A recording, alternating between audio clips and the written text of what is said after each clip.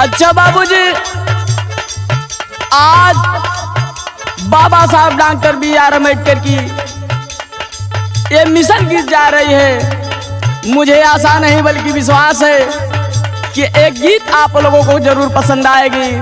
और हमारे स्टूडियो में बैठे हमारे गुरुजी धनंजय यादव जी, जो हम लोगों के मार्गदर्शन है और हम लोगों के गार्जियन है, विराट सम्राट, मैं इस गीत के माध्यम से सादर जय भीम नमो बुद्धाय करता हूँ। और गीत की लाइन कहना है कैसे गुरुजी? बाबा साहब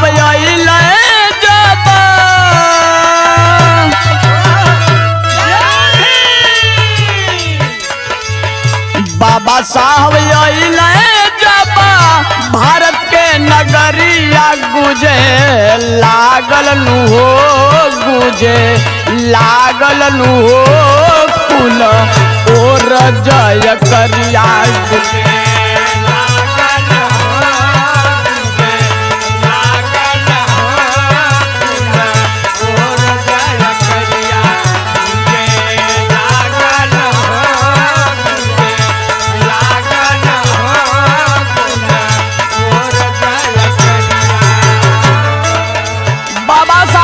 B.R. अम्बेडकर जब लंदन से पढ़कर आते हैं, बाबा साहब के स्वागत में सब लोग बाबा साहब के स्वागत में लगे हुए हैं। लेकिन बाबा साहब जब लंदन से पढ़कर आते हैं तो सबसे पहले काम क्या किए हैं कहना है गुरुजी? 1927 में जल ग्रहण कइले,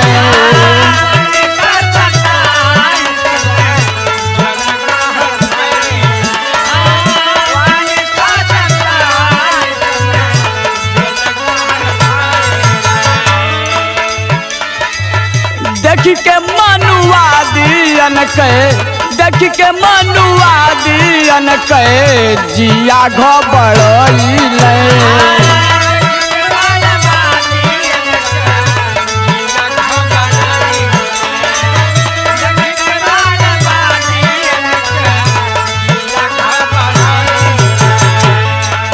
बाबा साहब डॉक्टर B.R. अम्बेडकर 1927 में सबसे पहले जल ग्रहण किए और 1000 के अनुयायी में बाबा साहब ने जल ग्रहण किए हैं। ये विख्यात है, कहना है 1927 में जल ग्रहण कइले, देख के मनुवादियन के जिया घबराइले। लेकिन बाबा साहब के दिल में एक बात खटकत है, कौन चीज का? लेकिन सतावे लागो,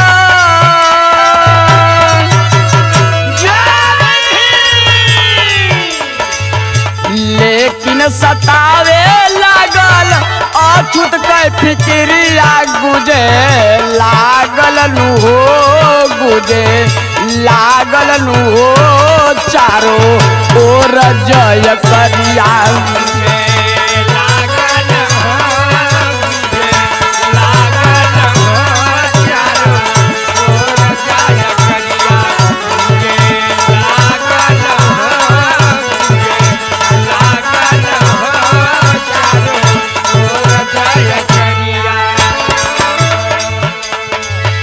बाबा साहब के मन में बात खटक रही है कि मैं तो जल ग्रहण करवा दिया हूँ, लेकिन आज ही मेरे दलित शोषित अन्य समाज को लोग छुआछूत के नाम से जानते हैं। ये बाबा साहब डॉक्टर B.R. अम्बेडकर ने एक प्लान बनाया। कौन सा प्लान बनाया कहना गुरु? गावे गावे जाई के नु साहब जी जगावे ले,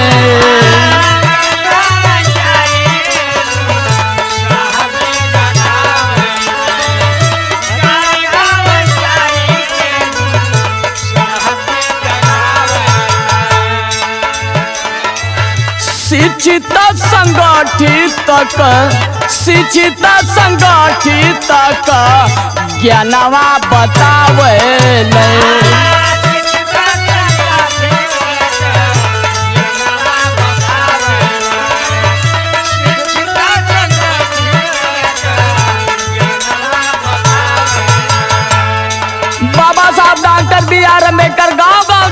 सबको समझाने का काम करते हैं कि ऐ मेरे दलित शोषित अन्य पिछड़े लोग, जाग जाओ, कब तक सोए रहोगे? अपना हक अपना अधिकार ले लो, कब तक आप लोग सोए रहोगे?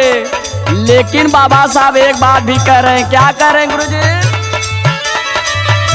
गावे गावे जाई जाई सबके समझावे ले, शिक्षित संगठित ज्ञानवा बतावे ले।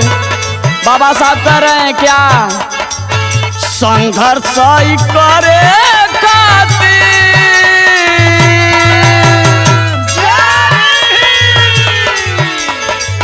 संघर्ष करे खातिर करा तैयारिया गुजे लागल नु, गुजे लागल नु, चारो ओर जय करिया।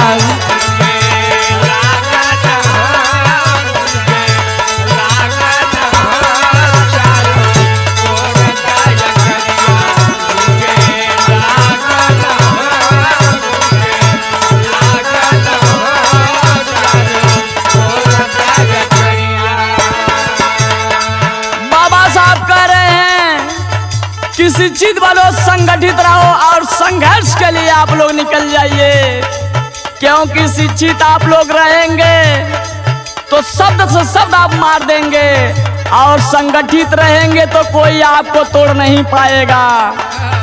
और संघर्ष ऐसा करिए कि आने वाला समय आपका हो। इसलिए कहना है नाई भाई के हूँ ना बनावे तब बरवा,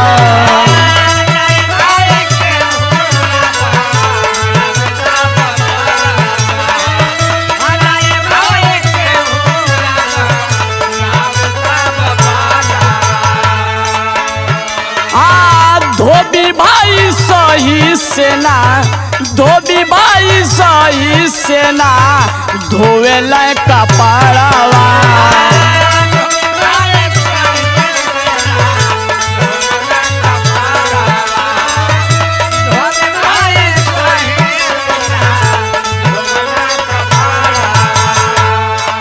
बाबा साहब कुछ दूर जाते हैं तो देख रहे हैं एक गरीब के लोग बार सही से नहीं बना रहे हैं। बाबा साहब कुछ दूर और जाते हैं, देखे हैं कि एक धोबी भाई सही से कपड़ा नहीं धो पा रहा, इतना छुआछूत था। कहना है नाई भाई के हूँ ना नावे दाढ़ी बरवा, धोबी भाई के हूँ नहीं धोएला कपड़वा, बरसात में मिले नहीं,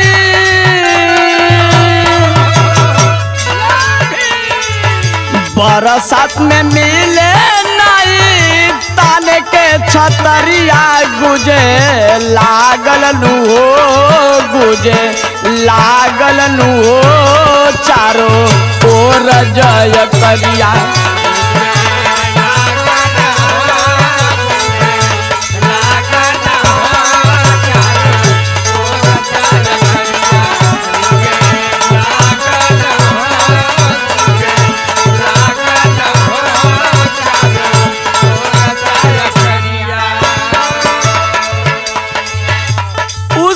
छाता तो दूर, हम लोगों को एक बोरी की घोघा बना करके बरसात में बिताते थे लोग। और बाबा साहब जब देखते हैं तो कहते हैं कि जब तक मैं सबको एक बराबर एक समान अधिकार नहीं दिला पाऊंगा तब तक मैं चैन से सो नहीं पाऊंगा। बाबा साहब की याद देन है कि सब एक बराबर हैं। इसलिए आखिरी क्षण में कहना गुरु रूपचन रसिया कहे, रूपचन रसिया कहे बदला विचार हो।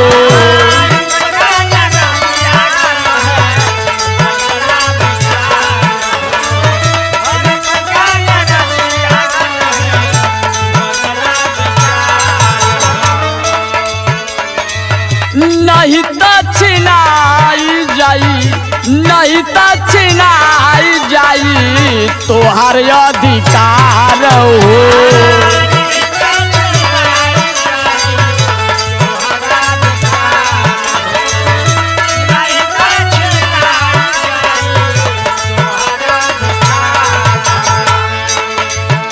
इस गीत पे हमारे गुरुजी विश्राम राव रोसिया जी और रूपचंद जी कहते हैं कि आप लोग अब से अपना विचार बदल लीजिए, नहीं तो दिन दूर नहीं है जब हम लोग की हर समस्या हर चीज हम लोगों के हाथे से निकल जाएगी।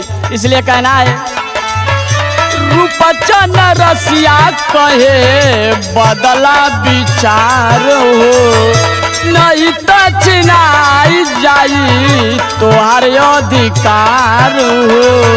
गावे लाया नीलाया लो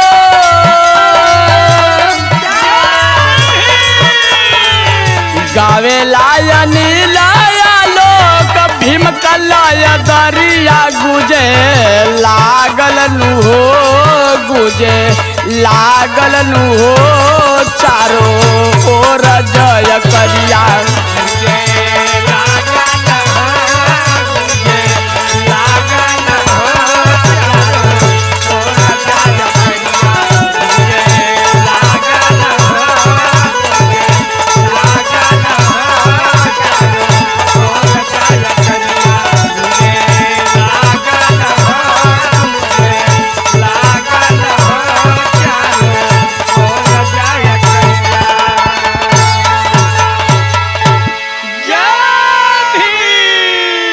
आप लोगों को सादर जय भीम नमो बुद्धाय।